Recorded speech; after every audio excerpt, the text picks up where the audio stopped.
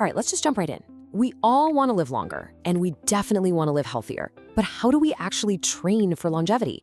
Well, today, we're going to break down the insights from some of the best in the business, a top physician, a legendary strength coach, and a physical therapist, to give you a real, practical roadmap for building strength, dodging injuries, and fueling your body for the long haul. But first, I've got a question for you. Just take a second and think about it.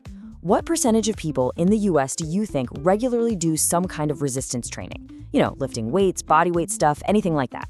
What number pops into your head? The answer is, well, it's pretty shocking. It's somewhere between 5 and 15%. That's it. And even if we're being optimistic and go with 15%, that means a staggering 85% of people are completely missing out on one of the most powerful health tools we have. And this points to a really, really big problem. This is what the experts are calling the Great Disconnect. On one hand, we have this incredible tool that can fundamentally change our lives for the better, but on the other hand, almost nobody is using it. And believe me, the stakes here are incredibly high. I mean, just listen to this quote from Dr. Peter Attia. He couldn't be any clearer.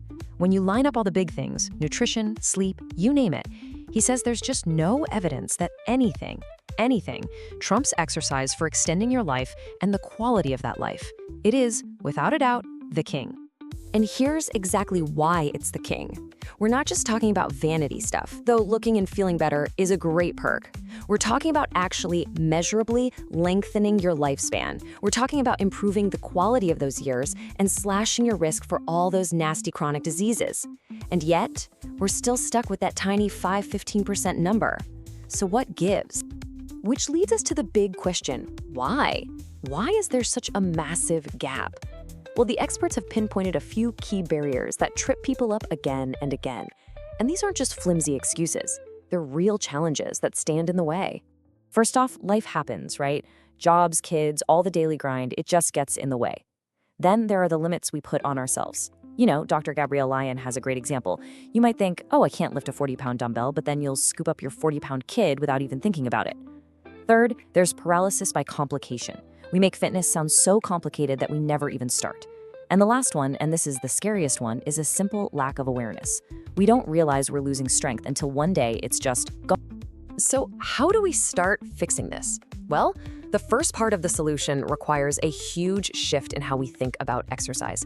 It's not about destroying yourself. It's not about pain. It's about being smart, being safe, and most of all, being consistent. Yeah, that whole no pain, no gain mantra, it's time to throw that in the trash. According to Coach Mike Boyle, and this guy has trained everyone from Olympians to your grandma, if you wake up feeling crippled after a workout, something went wrong. The goal is to feel like you put in some work, sure, but not like you got run over by a bus. Training smarter also means we have to question some of those old school exercises, like the heavy barbell back squat. Look, for most people, especially as we get older, the risk to your spine just might not be worth the reward. Instead, the experts are all pointing to single leg training, things like split squats or lunges. They're way safer for your back, and they build strength you can actually use in the real world. Plus, they take advantage of this weird neurological trick where your body is actually stronger on one leg at a time than with both legs together. How cool is that? Okay, but what you do in the gym is really only half the battle. You can't build a strong house without the right bricks and mortar. And that brings us to the second part of the solution. You have to fuel your body for life. You've heard this a million times, I'm sure, and for good reason. It is absolutely true. Your workouts are the signal to your body to build or maintain muscle, but your nutrition is what gives it the actual raw materials to get the job done. They have to work together. So what's the most important number to keep in mind? According to Dr. Lyon, it's this one right here, 100 grams of protein per day. That's the recommended minimum for both men and women. And we're not talking about trying to become a bodybuilder. This is about giving your body what it needs to fight off muscle loss as you get older. But here's the thing, not all protein is created equal. Quality is key. Think of it like this. Your muscles need a whole set of different amino acids to rebuild. High-quality sources like dairy, eggs, and meat are awesome because they have the complete set of building blocks, and they're in a form your body can use really easily. Okay, so let's pull all of this together. We've got smarter training and better fuel, and it all boils down to one central idea. You have to stop thinking about fitness in terms of a 6-week challenge and start playing the long game. So here's your game plan. Number 1, consistency beats intensity every single time. Showing up twice a week for a whole year is going to change your life way more than a few random brutal workouts ever will. Number 2, safety over ego. As you get older, the goal is just to stay in the game. Ditch the exercises where the risk of getting hurt is just too high. And finally, the most important one, just start now. The best time was yesterday, but the second best time is today. Now, this quote might seem like it's about kids' sports, but the lesson in here is for all of us. It's a powerful reminder to question the rules that the fitness world tries to sell us. Just like a kid probably doesn't need to play one sport all year long, you don't have to do heavy barbell squats to be strong and healthy. The real key is to think for yourself and pick the path that's actually going to support your health for decades to come. And really, it all comes down to this one question. Are you training with ego, trying to lift what you lifted 10 years ago, pushing your body past its breaking point? Or are you training with wisdom, playing the long game, building a body that's strong and resilient enough to carry you through an awesome, active life?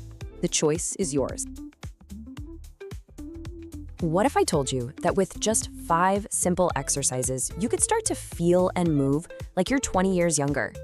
I know, it sounds almost too good to be true, right?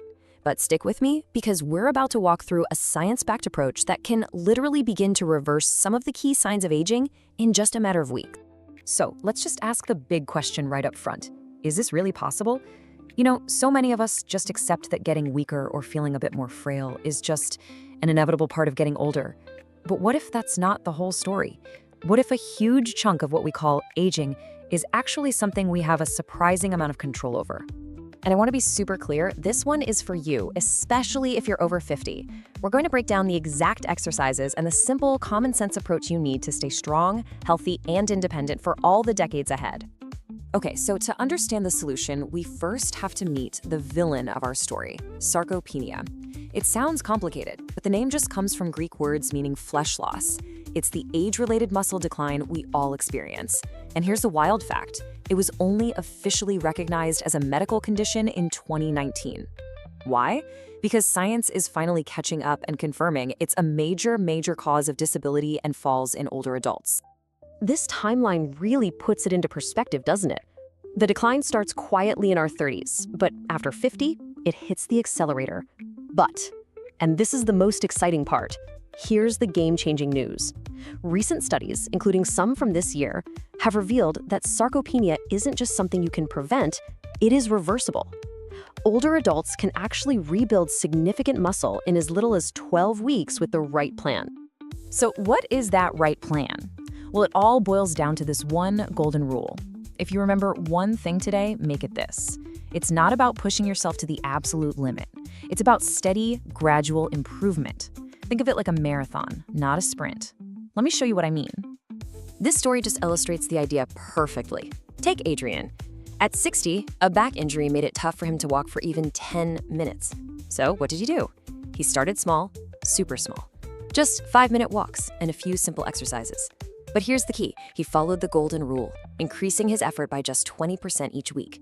In 2 months, he was gardening for an hour and playing with his granddaughter. See? It's that gradual, consistent approach that is the absolute gold standard for reversing muscle loss. Okay, let's get into the toolkit. These 5 exercises are basically a complete prescription to fight back against sarcopenia. We're starting with the powerhouse, the king of all exercises, the squat. It works the largest muscles in your body, which are essential for, well, pretty much everything. Standing up, climbing stairs, just getting out of a chair, all while firing up your core for stability. Now, proper form is everything here, so listen close. Start with your feet about shoulder width apart. As you breathe in, imagine you're sitting back into a chair, keeping your chest up and your back straight. Don't let your knees cave in. Then, breathe out as you powerfully push the floor away from you to stand back up. You should really feel your glutes and thighs doing the work. Let's aim for 2 controlled sets of 10. And hey, everybody has a different starting point.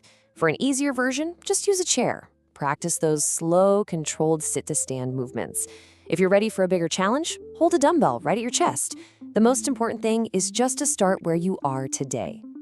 All right, next up, we're building on that foundation with the modified crunch. Now, when you hear crunch, you probably think six-pack abs. Forget that. This isn't about how you look. It's about building deep core and back strength. This is absolutely essential for good posture, and huge bonus here, it can do wonders for reducing that nagging back pain. To do this right, lie on your back and really focus. Pull your belly button down toward the floor, like you're trying to flatten your lower back. As you breathe out, use your abs, not your neck, to lift your shoulder blades just an inch or two off the ground. The goal is to feel a nice little contraction in your stomach, not a strain in your neck. Quality over quantity, always. Let's shoot for 2 sets of 15 controlled reps.